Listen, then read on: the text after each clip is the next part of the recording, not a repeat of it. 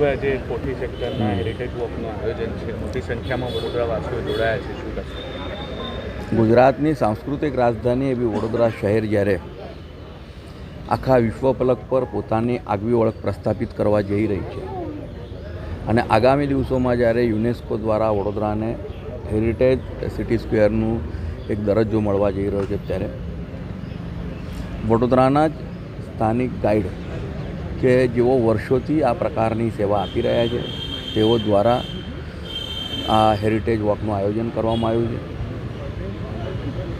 ગયા મહિનામાં માંડવી સેક્ટરમાં એટલે કે માંડવી વિસ્તારમાં ચંદ્રશેખર પાટીલજી દ્વારા અને આજે સોલાપુરકરજી દ્વારા આ પ્રકારના હેરિટેજ વોકનું આયોજન કરવામાં આવ્યું છે. આ એક ખૂબ સરસ વાત છે. આપણે જોયું કે ઘણા બહારના લોકો પણ આવ્યા છે, પરદેશી લોકો પણ છે.